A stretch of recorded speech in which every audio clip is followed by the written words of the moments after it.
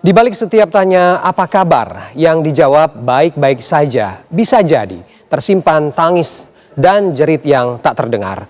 Kenyataan yang kerap luput namun dekat dengan hiruk-pikuk kota Jakarta nan megah. Angka kasus bunuh diri terus meningkat. Ini alarm. Pemerintah Jakarta terdesak hadirkan program yang mampu menyelamatkan jiwa warganya. Lantas seperti apa kinerja konkret program ini? Dalam garis batas berikut kami mengulasnya. Jaker, cahaya jiwa di langit kelabu Jakarta.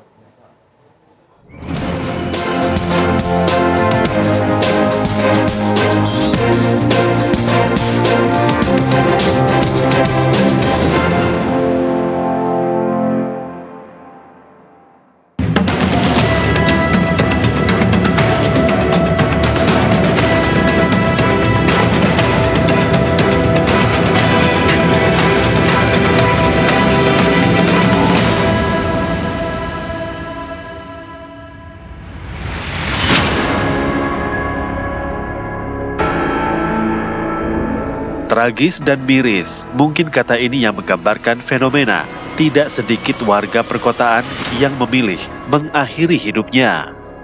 Gubernur DKI Jakarta Pramono Anung saat ini meluncurkan program kesehatan, salah satunya ialah program Jaker. Untuk program Jaker sendiri merupakan program konsultasi untuk para masyarakat Jakarta yang mengalami gangguan kesehatan mental. Lantas seperti apa nantinya program Jaker dan sistem kerja dari Jaker sendiri, kita lihat.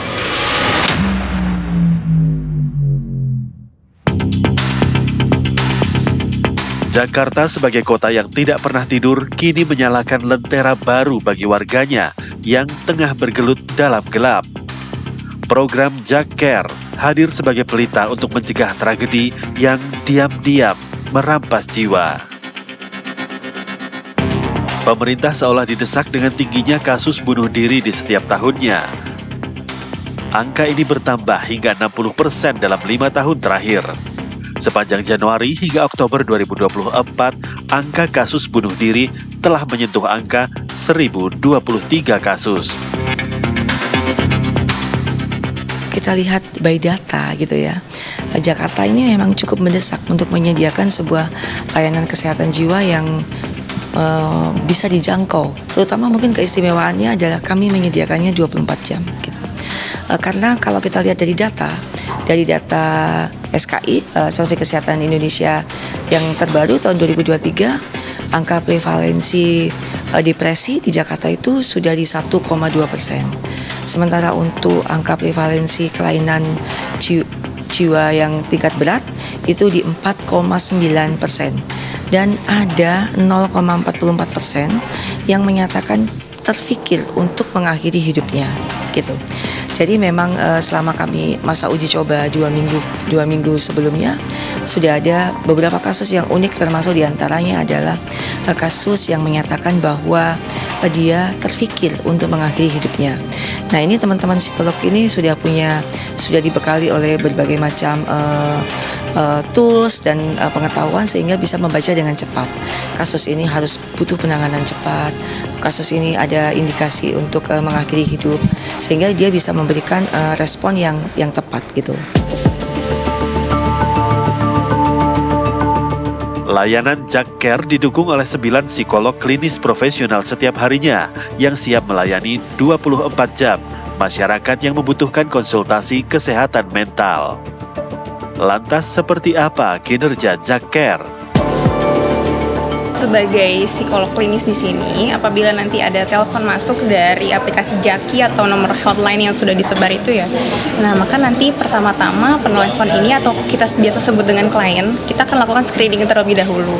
Apa yang dia alami misalnya pada saat ini atau 2 minggu terakhir biasanya.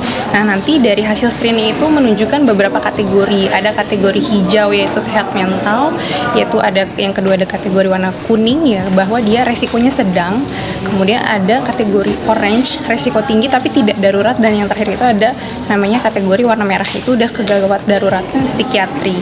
Nah, lanjut dari kategori yang muncul, Bila dia menunjukkan kategori kuning ataupun orange, maka dilakukannya konsultasi lebih lanjut dengan kami yang mengangkat telepon sebagai psikolog klinis. Nah, dari proses konseling ini, lalu kita gali sebenarnya permasalahan apa yang dialami oleh klien tersebut gitu ya. Stres atau burnout gitu ya di masalah pekerjaan, dan juga ada beberapa pendidikan seperti anak mahasiswa, anak perkuliahan gitu ya. Dan juga selanjutnya cenderung lebih ke kecemasan umum gitu. Dan kalau yang di kategori lebih sedang lagi itu ada kecenderungan depresi itu ada. Program ini berkolaborasi lintas sektor antara Dinas Kesehatan, Dinas Sosial, sejumlah Vaskes hingga Damkar dengan janji menjaga kerahasiaan data penelpon. Di tengah hiruk-pikuk kota Jakarta, tidak semua jiwa berjalan ringan. Lalu apa penyebabnya? Nah, Jaker mungkin bisa masuk ke sini, dan saya yakin bunuh diri itu adalah final effort orang ketika dia nggak ada nggak ada informasi yang masuk ke dia dan nggak ada yang bantu sama dia. Kalau di sosiologi orang itu sampai suicide, sampai suicide atau bunuh diri itu karena ya tadi komunitas di mana dia berada itu nggak hangat. Itu kayak lo gue hidup sendiri-sendiri, jadi kesannya bareng, tapi saya hanya memikirkan diri saya nggak mikirin orang lain, gak ada jaringan di situ, hanya ada birokrasi, hanya ada organisasi, padahal sebagai orang hidup masyarakat kita butuh jaringan.